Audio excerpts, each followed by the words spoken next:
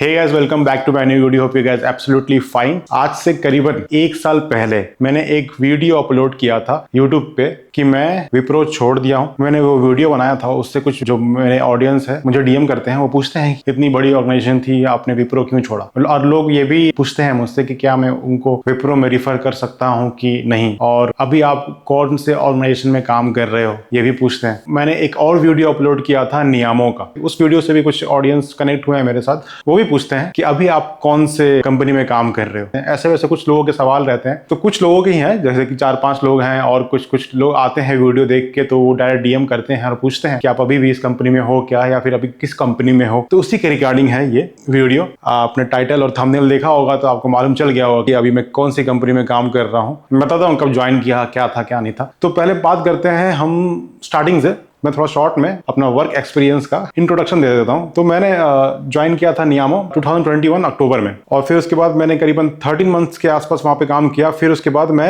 1 महीने के अंदर ही दूसरा जॉब पकड़ लिया विप्रो में। 22 नवंबर 2022 लास्ट वर्किंग डे था। फिर उसके बाद 22 दिसंबर 2022 में मेरा फर्स्ट डे था विप्रो में। तो 1 महीने के अंदर भी मेरा जॉब कंफर्म हो गया विप्रो में। 2022 दिसंबर से मैंने 2024 अक्टूबर तक काम किया वहां पर। अच्छा, मैंने विप्रो क्यों छोड़ा? क्योंकि वहां पर मैं प्रोसेस में बहुत ज्यादा कंफर्टेबल हो गया था और कुछ नया सीखने को नहीं मिल रहा था। जैसा कि आप सबको मालूम है कि हम स्विच क्यों करते हैं, मेजर रीजन तो यही रहता है सैलरी का, कि आप जब छोड़ते हो और दूसरी कंपनी में ज्वाइन होते हो तो आपको कम से कम 30% हाइक तो मिलता ही है। बहुत सारी कंपनी आपको 70% तक का इंक्रीमेंट देती है, कोई 100%। अब आपके स्किल के ऊपर डिपेंड करता है। 200% तक भी लोग निकालते हैं, और बहुत बड़े बड़े पैकेज भी चले जाते हैं। छोटे पैकेज से बड़े पैकेज तक का भी बहुत लोगों का सफर रहता है। तो खैर, हम वहां तक नहीं पहुंचते। मैं सोचा था कि अब यहाँ से निकलूंगा तो कम से कम इंक्रीमेंट तो होगा, सैलरी तो बढ़ेगी। वहां पे विप्रो में सैलरी नहीं बढ़ रही थी। सबसे बड़ी प्रॉब्लम ये थी, मैं इतने दिन तक काम किया था लेकिन वहां पर सैलरी का इंक्रीमेंट ही नहीं था। ज्यादातर कंपनी में मैंने देखा है कि हर साल कुछ ना कुछ तो इंक्रीमेंट होता ही है। नहीं हुआ था यहाँ पर, कुछ भी नहीं हुआ था। थोड़ा सा सैलरी तो आप डिजर्व करते हो कि बढ़ जाए भाई 1 साल में, तो नहीं बढ़ा वहां पे।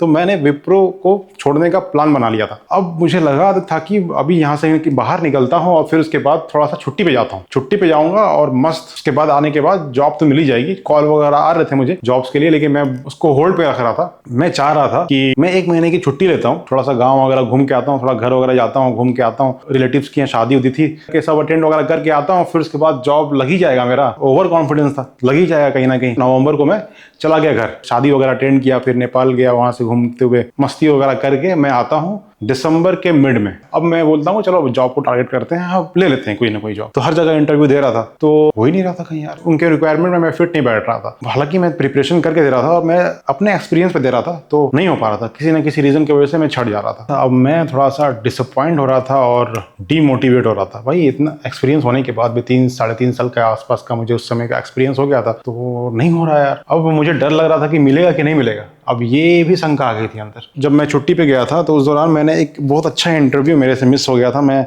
आ नहीं पाया इंटरव्यू के दिन पे क्योंकि मुझे टिकट्स नहीं मिल रहे थे, और एक कंपनी में मुझे ऑफर आ गया था लेकिन मैं आके ज्वाइन नहीं कर पाया, और वो लोग वेट नहीं किए। वो पैकेज जो मुझे ऑफर मिला था, वो पैकेज थोड़ा कम मिल रहा था। जितना मैं एक्सपेक्टेशन रख रहा था उतना नहीं मिल रहा था। अराउंड जो एग्जिस्टिंग पैकेज था उसी के आसपास मिल रहा था। तो खैर उसका तो अफसोस नहीं था, लेकिन एक अपॉर्चुनिटी थी इंटरव्यू का, वो मिस हो गया। जहां पर वो लोग राजी थे लेने को, वहां पर पैकेज नहीं दे रहे थे जितना मैं एक्सपेक्टेशन रख रहा था। तो ये चीज मैंने कभी एक्सपीरियंस नहीं किया था, और मैंने कभी सोचा भी नहीं था कि ऐसा कुछ होगा। करते करते दिसंबर निकल गया। मैंने लिंक्डइन से ऑनलाइन अप्लाई किया था और मुझे मेल आता है, और मैं फिर उसके बाद दिसंबर के एंड में एप्टीट्यूड टेस्ट देता हूँ। मेरे ख्याल से जनवरी के फर्स्ट वीक में मुझे मेल आता है कि आपका एप्टीट्यूड क्लियर हो गया है और आप इंटरव्यू के लिए आ सकते हो क्या हमारे लोकेशन पे।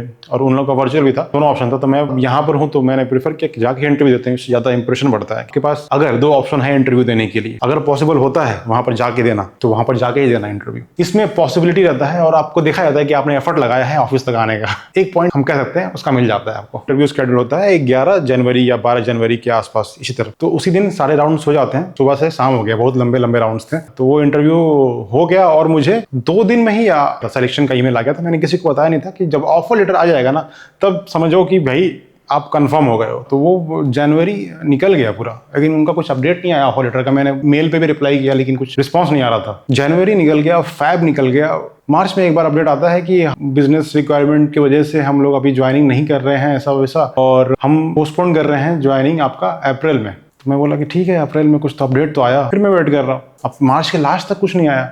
मतलब अप्रैल में बोला है लेकिन अभी तो कुछ आया नहीं। फिर अप्रैल का फर्स्ट वीक आया, तब एक आता है मेल कि आपका 14 अप्रैल को ज्वाइनिंग है। तो 14 अप्रैल को ज्वाइनिंग होके वो कैंसिल हो जाता है, फिर बोलते हैं कि नहीं 14 अप्रैल को नहीं है, वो पोस्टपोन हो गया, 28 अप्रैल को हो गया। अब इस बीच में मैं भाई टेंशन में हालत खराब हो गया, भाई क्या हो रहा है, ऐसा तो होता नहीं है कभी किसी कंपनी में। कोई भी सुन रहा था तो बोला ऐसा तो नहीं होना चाहिए, ऐसा तो पहली बार मैं भी सुन रहा हूँ। तो मुझे भी ऐसा लग रहा था कि भाई पता नहीं होगा कि नहीं होगा, तो मुझे डर ही लगा हुआ था। तो एट द एंड आगे ऑफर लेटर आ गया और 28 अप्रैल को मेरा ज्वाइनिंग हो गया। तो दिसंबर में मैंने अप्लाई किया था, जनवरी में मैंने एप्टीट्यूड टेस्ट दिया और जनवरी में मेरा इंटरव्यू भी हो गया, सिलेक्शन भी हो गया। और मैं ज्वाइन कब कर रहा हूँ, अप्रैल में, वो भी 28 अप्रैल को। तो अप्रैल के एंड में मेरा ज्वाइनिंग हुआ। तो यहाँ पर मैं ज्वाइन हो गया। अब मैं सोचा कि चलो भाई अभी अमेजोन ज्वाइन कर ली अपन, अभी तो कोई टेंशन नहीं है। लेकिन अमेजोन ज्वाइन करने के बाद तो और चैलेंजेस स्टार्ट हो गए। यहाँ पर अलग से टर्मिनेशन का दिक्कत है, और मैं इतने लेट में आप लोग को इन्फॉर्म कर रहा हूँ, यही एक रीज़न है। जैसे कि मैं नियामों में जब लगा, पहली जॉब जब लगी, तो मैंने तुरंत वीडियो बना के डाला कि भाई मैं यहाँ पर लग गया हूँ। और फिर उसके बाद जब मैं विप्रो ज्वाइन किया तो भी मैंने बनाया था वीडियो तुरंत।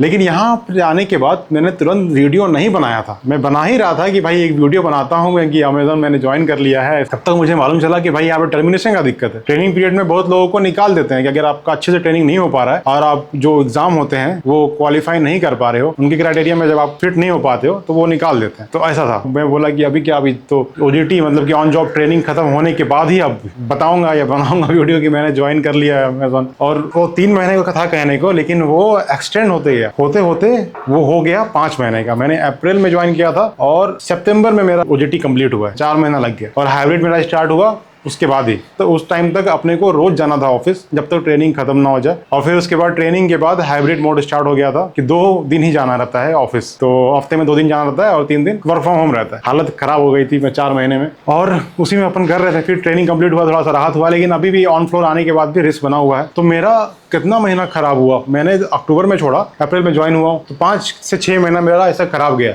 मतलब कि 5 से 6 महीना हम कह सकते हैं कि बैठे हुए थे हम। चलो ठीक है, 1-2 महीना आप मजाक किए, लेकिन 3-4 महीना आप बैठे हुए थे इसी तरह। तो 3-4 महीना बैठना अच्छी बात नहीं है। तो ओवर कॉन्फिडेंस था कि नहीं मिल तो जाएगा ही। आप भी ज़्यादा ओवर कॉन्फिडेंस में मत रहना। आप ऐसा मत सोचना कि नहीं मिल ही जाता है, मिल जाता है कई बार। मुझे एक बार विप्रो में तुरंत छोड़ने के बाद तुरंत मिल गया। बहुत कम होता है लेकिन मिल जाता है। 2-3 साल का एक्सपीरियंस अगर आपके पास रहता है ना, तो फिर आपको 1-2 महीने में कहीं ना कहीं मिल जाता है, अगर आपने छोड़ दिया है तो वो रिस्क लेने पे भी कभी कभी काम आता है। लेकिन आप कोशिश यही करना कि आप पहली कंपनी में रह के ही दूसरा जॉब ढूंढ लो। यहाँ पर तो मेरे पास एक बेनिफिट ये था कि मैं यहाँ पर भाई के साथ रहता हूँ, तो मुझे रेंट वगैरह नहीं देना रहता। अगर मैं अकेले रहता हूँ तो 4 महीना 5 महीना सर्वाइव करना शायद रुक चुकी है, और हर महीने आपको रेंट भरना है। वो एक्सपेंस जो था पहले वही एक्सपेंस है आपका, तो आपको हर महीने रेंट भरना रहता है, तो फिर प्रॉब्लम हो जाता है। पुणे जैसे शहर में आपका रहने का ही बहुत ज़्यादा बड़ा एक्सपेंस होता है। नोटिस पीरियड के अंदर ही कोशिश करना कि आप दूसरा जॉब पकड़ लो। तो ऐसा चैलेंज था मेरा, और मैं यहाँ पर कंप्लायंस डिपार्टमेंट में काम कर रहा हूँ।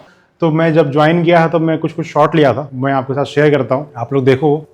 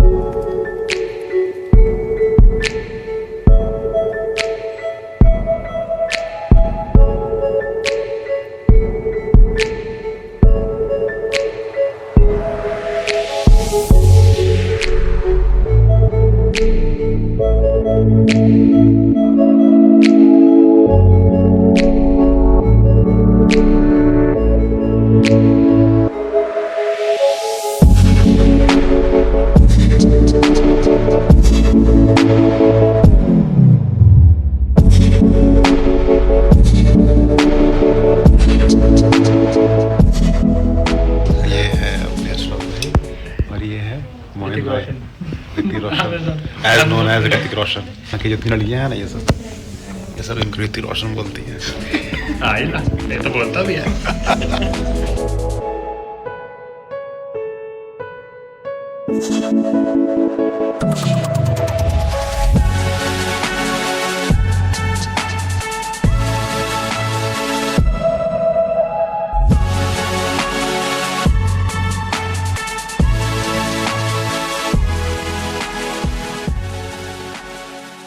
तो शाम का कुछ नज़ारा ऐसा था बालकनी से। मेरी आवाज़ तो क्लियर आएगी लेकिन मेरा चेहरा नहीं दिखेगा, बैकग्राउंड का जो है उस पर फोकस रहेगा, क्योंकि अंधेरा हो गया है, सनसेट हो रहा है, इसकी वजह से ऐसा हो रहा है। तो मैं स्टार्टिंग में रिकॉर्ड जो कर रहा था वो कैमरे से रिकॉर्ड कर रहा था, अभी मैं फ़ोन से रिकॉर्ड कर रहा हूँ, तो कुछ आपको डिफरेंस दिखा होगा क्वालिटी में। तो मैं इधर से ही बात करता हूँ, यहाँ पे रख के बात करता हूँ। ठीक है, फिर ये था कुछ शॉर्ट। आगे का मैं वीडियो बनाऊंगा एक, कभी क्या रूटीन रहता है मेरा ऑफिस का वो मैं दिखाऊंगा। और अभी हम लोगों का दिसंबर में प्लान चल रहा है, एक पार्टी है, हम लोगों की पार्टी है 5 स्टार होटल में, वो मैं दिखाऊंगा, आप लोगों को बताऊंगा। अगर चैनल सब्सक्राइब नहीं किया तो सब्सक्राइब कर देना, आपको अपडेट मिल जाएगा। अगर आप अमेजन ज्वाइन करना चाहते हो और चाहते हो कि मैं आपको रिफ़र कर सकूँ, तो आप मुझे इंस्टाग्राम पे पिन कर सकते हो, जीमेल पे भी कर सकते हो। मेरे यूट्यूब बायो में आपको जीमेल आईडी मिल जाएगा, इंस्टाग्राम का लिंक भी मिल जाएगा। और हाँ, मैं विप्रो में और नियामों में रिफ़र नहीं कर पाऊँगा, जो मेरे दोस्त हैं वो लोग भी निकल चुके हैं अभी वहाँ से। तो ये था वीडियो आज का। होप आपको वीडियो पसंद आया होगा। अगर पसंद आया तो please like, share and subscribe कर देना एंड कमेंट करके बताना कि कैसा लगा। तो मिलते हैं अब किसी नए वीडियो में, तो के लिए बाय बाय, टेक केयर।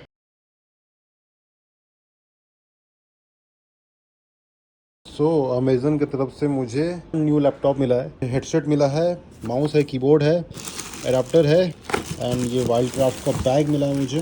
तो इसके अंदर एक पेन ड्राइव जैसा है वो, तो ये सब आया है मुझे अभी। तो थैंक यू अमेज़न। तो ये किट मिला है मुझे, वेलकम किट।